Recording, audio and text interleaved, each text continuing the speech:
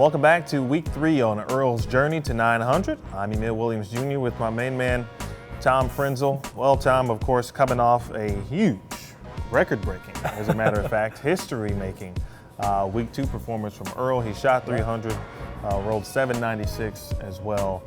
So coming into week 3, yeah, there's not much we want to change. We want to keep most of the things the same, of course, but you know, where we start actually might change.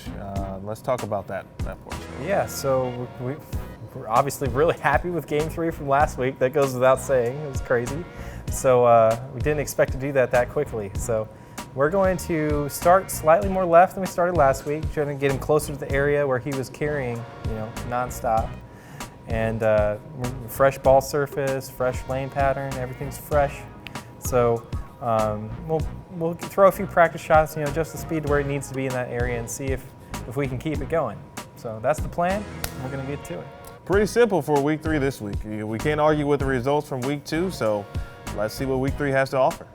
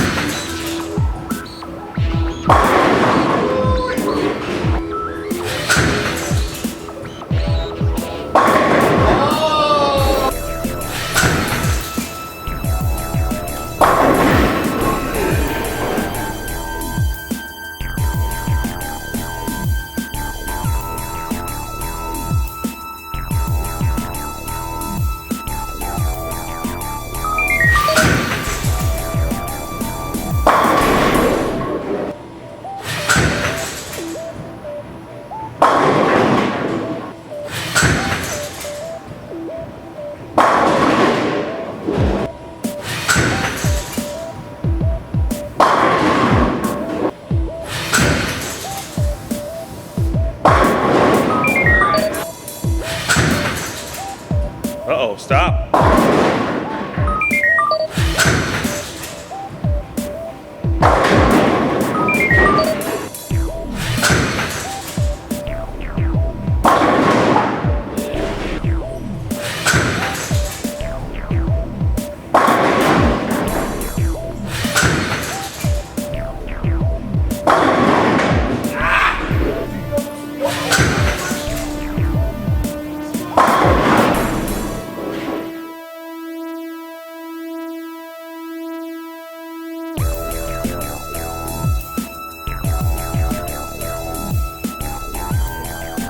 Well, still a very solid series overall, 746 for Earl. Of course, week 3 of Earl's journey to 900. Some big games. We started out, of course, with 274, Tom. But some things were a little different this week. We had to do a lot more from a transitional perspective, how we move, speed control, a ton more, of course, than week 2. So a lot of differences. What stood out for you in week 3? All right, so right off the bat, even though we got lined up in practice, we left a couple 10 pins, a couple 9 spares right off the bat, lost 900 right at that point. So we still wanted to keep him where he was doing good last week and try to figure out what the difference was. So we played a lot more with ball speed. We slowed him down, and we played with moving left. And we tried to anticipate the moves ahead of time. Since we knew we were already out of it, we didn't have to worry about making that error that throws us off a 900. Let's make the adjustments when we know we're already not going to get there, and let's learn some stuff. So we tried to make those preemptive moves, and sometimes we even had a little bit of move forward, move back with the ball speed, and a little bit of move left, move right with the laydown. So we were just trying stuff this week. We still put up pretty good numbers, and I think we learned a lot moving forward.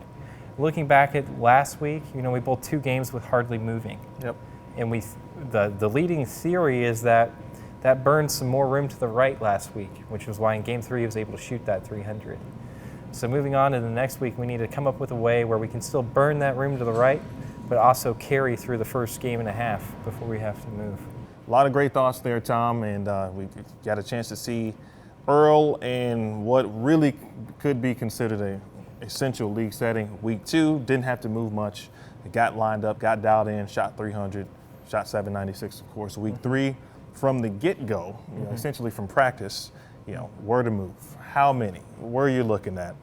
Surface is playing a role at this point. And he shot 740, but it is weird to say he kind of grinded to 740, just considering the amount of moves that we had to make. So I'm looking forward to hearing from you. Drop the comments, let us know, where you would have moved, where you think we should have moved, and all of those things, of course, as well.